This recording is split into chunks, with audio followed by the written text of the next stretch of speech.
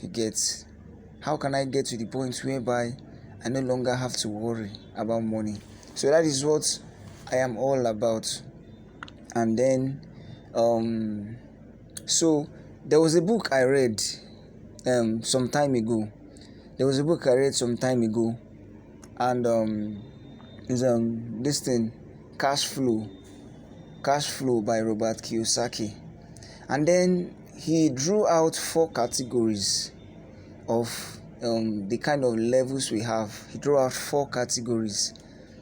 The first category is the employee. The second category is the self-employed. The third category is the business, and the fourth category is the investor. Yeah. And 95% or 99% of the people we have in our life, of the people we grew with, always tend to fall into the category of the employee. In fact, that is the way the school is designed to be. The school is designed to create the employee category. You get? And it is what I have that I give. So if I am an employee, the only advice I can give is an employee advice, because that is what I have done, that is what I have seen, and that is even the result I have seen in my life. You get? So we have the other category, the self-employed. The employee category, that's those that work for a paycheck, that work paycheck to paycheck, that work for someone. You have the self-employed, that's those who are professionals at what they do. They are maybe they are the kind of ones who have gone the extra mile to study more in that field.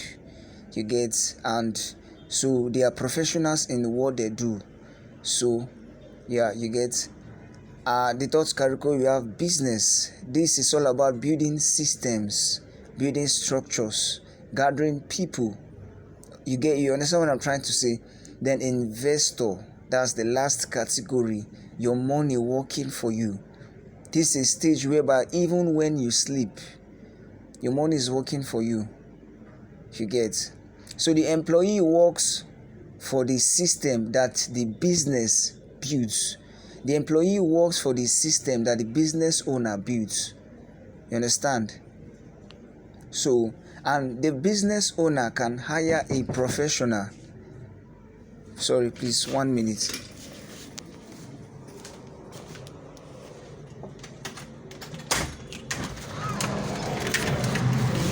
What are you doing? So the business owner can hire a professional. Maybe example in this category is, so example of those in this category is maybe an accountant and all of that.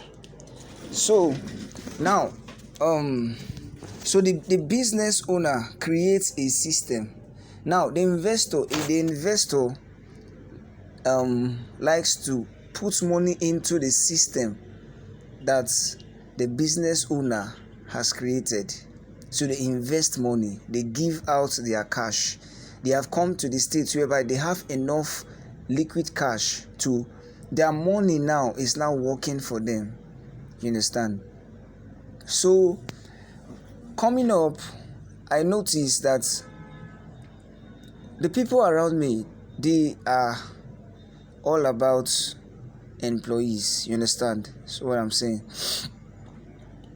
So automatically, there is a certain kind of thinking I have about money already, based on what I've been seeing growing up, based on what I've been hearing about money growing up.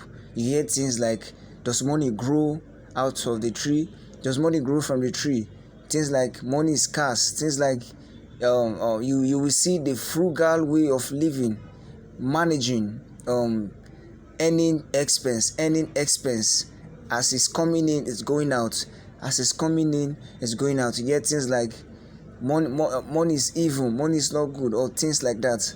So imagine coming into trading with that kind of thinking, coming into trading with that kind of thinking, with that kind of scarcity mindset, with that kind of impatience, and now seeing the vast opportunities residing in trading. So you can understand the level of greed, the intensity of the greed coming into trading, the intensity of the impatience coming into trading, and all of this sometimes we may not quite notice it, but trading has a way of revealing all these things, of revealing all these flaws. So starting trading, and yeah, so I realized, okay, so I learned the skill and all of that, putting my first real money and started trading. And guess what? I blew the account. Yeah. Now see, so guess what? I blew the account. Why? Because so like I said, the mindset is already wrong. The mindset is already wrong. For example, putting, I think the first real money I put in a trading account is $5. Now imagine now that I am thinking that $5 I put is what I want to use to make millions. You see that the mindset is already wrong. Why? Because of where I was coming from, the scarcity way of thinking. Of course, I'm not blaming anybody. It's actually my fault. It is my responsibility to ensure. I may not be starting from a good ground, but it is my responsibility to ensure that I don't end up like that. So imagine, and now the thinking is already wrong. It's already wrong. You understand? And then risk management now tends to be difficult because maybe making money from trading for the first time, I say that, oh, this thing works, and then all of a sudden I feel like, if I can make this, I can top up my risks and make this. If I can make this, what if I increase the sizing? I will make this. Not looking at the other side of it, because it has the other side. It can also burn you. Not looking at the other side of it. That's the risk aspect. So I saw myself risking more than I am supposed to. I will create a trading plan and not be able to follow it. Like, can you just imagine that? Like, I have a trading plan, like literally looking at my trading plan, but every single time I keep breaching that plan. And all of this because of those emotions, those fears, and those. See, one of the most dangerous things that can happen to a person in trading is to break your plan and it goes well, because automatically it registers something, and it will take the person a couple of burnouts to realize. Now sometimes, because it also happened to me. I funded an account, and then my intention for that account is to follow it up with good risk management, but I ended up oversizing. I think even risking the whole of the account, and guess what? It went well. I made money. But do you know what? Later on, it took me quite a while to realize that, yes, even though I made money from managing the account that way, I didn't realize that I was doing more damage to myself. I was doing more harm to myself. And it took me a number of losing accounts. Why? Because that way is not sustainable at all. It's not sustainable. The same way I made that money is the same way I could have lost my account. And that was what happened. So next time I funded an account again with that same kind of thinking, flipping to risk everything and then I'll end up losing, because why automatically I'll end up risking all my accounts. So it took me quite a while to realize that, okay, so that means you make money doesn't necessarily mean you are doing the right thing. You understand? You can be making money. You can make money, but you breach your plan. So I now realized that the best way to follow up with this thing is to follow your plan, and at the end of the day, make money. That is the best. That is where the consistency is. That is where the consistency is. Now you can truly rest your life dependency on this skill. I realized that we call it a skill, but now there is a reason why we call it a skill. We call it's a craft. There's a reason why it's a skill. It's supposed to be consistent. It's supposed to produce the desired results, a desired outcome monthly, yearly. But I noticed that tendency to gamble with it. So I now realize that, okay, am I in this game for the short term, or am I in this game for the long term? So I realized that then my focus should be in the process. I realized that if I am able to build the discipline to be consistent and stick to my plan, then I can make money consistently. Not just a home run, not just one home run, and then maybe we have a single home run, and then we have 5 losing streaks of blowing accounts, and then another home run. No. It is possible to be consistent in this game, even because losses are inevitable. Both times of losing streaks and times of winning streaks, it is possible, because it is a game of probabilities. It is a game of probabilities, letting your winners to be more than the losses. Scrapping out all those scrappy trades, all those unnecessary trades, those things. So minimizing those scrappy trades, capitalizing on those winning trades, managing. So that's it. So yes, so it's quite an amazing one, and the market has a way of teaching a person quite a lot of things. Thank you. So let's look at the charts. So we can see that if you look at my former videos, you will see my bias where I mapped out this. I just tapped it now. Where I mapped out. Okay, let me name it so that we can see it.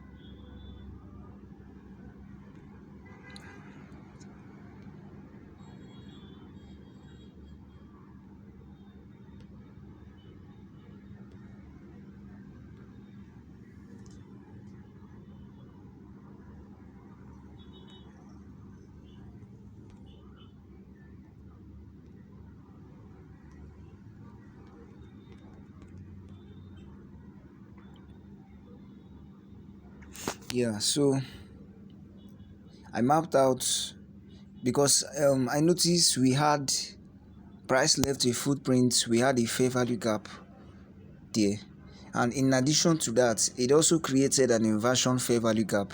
So that was a strong confirmation, because most of the times so that was a strong confirmation to act as a draw to pull price. And then on that day, or I think probably the next day, we saw this gigantic bearish candle. We saw price draw into that place. So then we also said something So we see this sweep here, change of state, change of state of delivery. You see the candle 1 2 3, then price pushed to the upside, left an inversion fair value gap and a fair value gap. So that was acting as a draw. So the moment price drew into that place, then we now said that okay, let's watch. We noticed that the bearish candle, that's this, let me mark it out.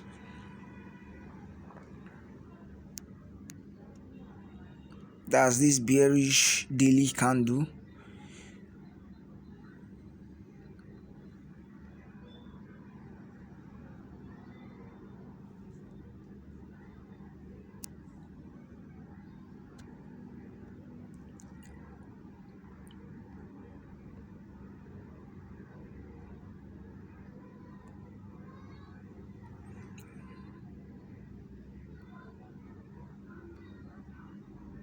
So we notice that the body of the candle closed above the fair value gap.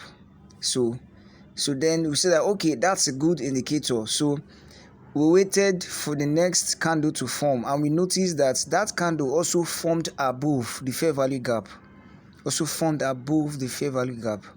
So our draw was this level here. That's this buy side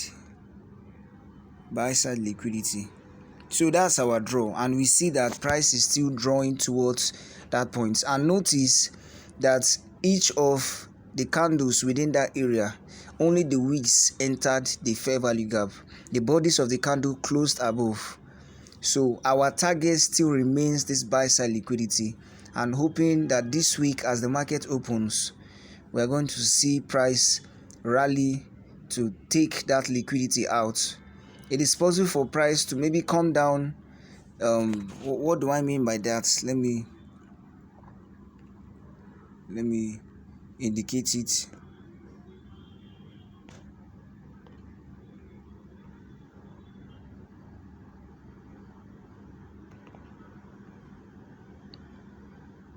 So it is possible, maybe, because this is kind of an inversion fair value gap and a fair value gap that was disrespected. So it's possible price will push down into this area and go. But basically, our targets, our draw on liquidity is this BSL up there. So that's what we're going to be looking at. And thank you for staying through till this time, and see you next time. Shalom.